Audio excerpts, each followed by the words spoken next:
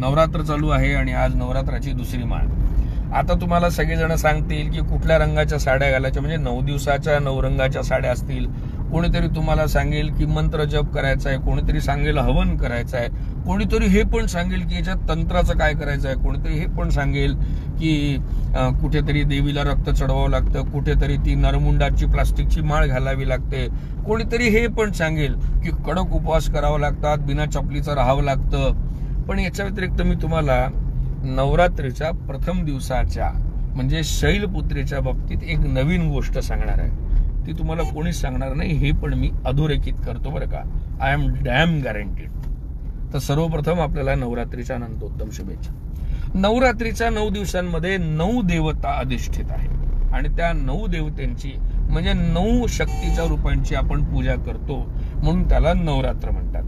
अगदी रामायणामध्ये सुद्धा रामाने या 9ही देवतेंचं अधिष्ठान केलं होतं असं म्हटलेलं आहे. पहिला अवतार कुठला शक्तीचा नवरात्रानुसार, तर तो म्हणजे शैलपुत्री.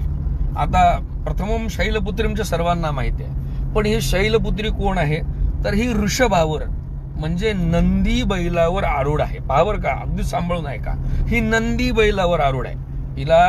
हिच्या हातामध्ये त्रिशूल आहे आणि कमळ आहे आणि हिचं नाव शैलपुत्री आहे. शैलपुत्री म्हणजे कोण, तर दक्षाची मुलगी. म्हणजे नवरात्रीमध्ये नवदुर्गेचं प्रथम रूप जे आहे ते एका बापाच्या लेकरीच्या म्हणजे मुलीच्या नावाने ओळखलं जातं शैलपुत्री.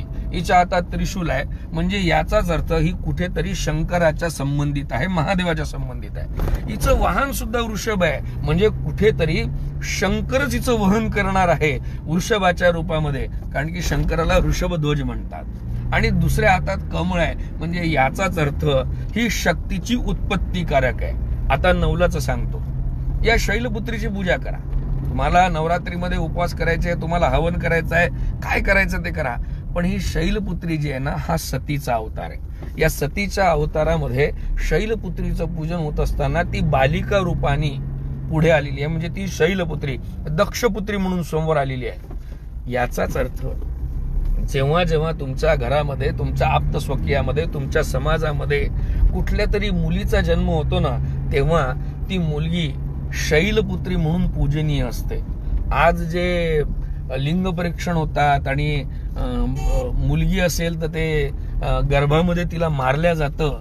मला तरी असं वाटतं की सनातन धर्मामध्ये जो कोणी शक्तीचं पूजक आहे, जो कोणी देवीचं पूजक आहे, त्यांनी या गोष्टीचा विरोध का बरं केला पाहिजे.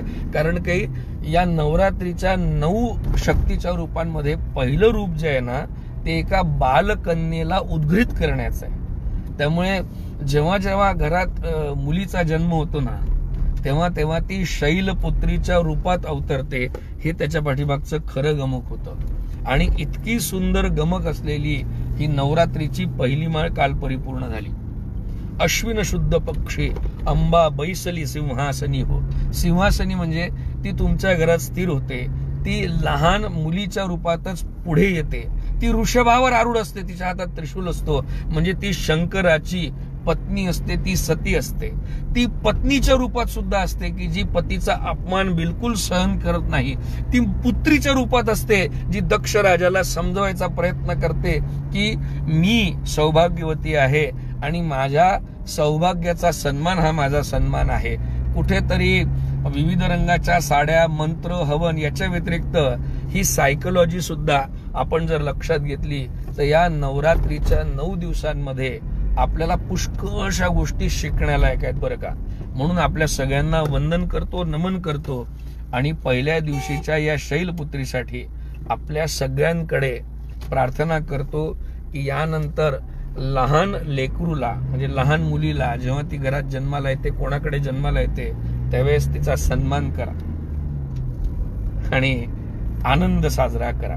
जेव्हा ती पत्नी रूपात समोर येते तेव्हा तिचा सन्मान करा की ती आपली सहचारिणी आहे. त्यामुळे दुसऱ्या दिवशीची माळ आज संपली की त्याच्या बाबतीत उद्या आपण सांगू. तोपर्यंत गुरु गोरखनाथ जी भली करे. माता उदयनाथ पार्वती जी को आदेश. सतनमो आदेश.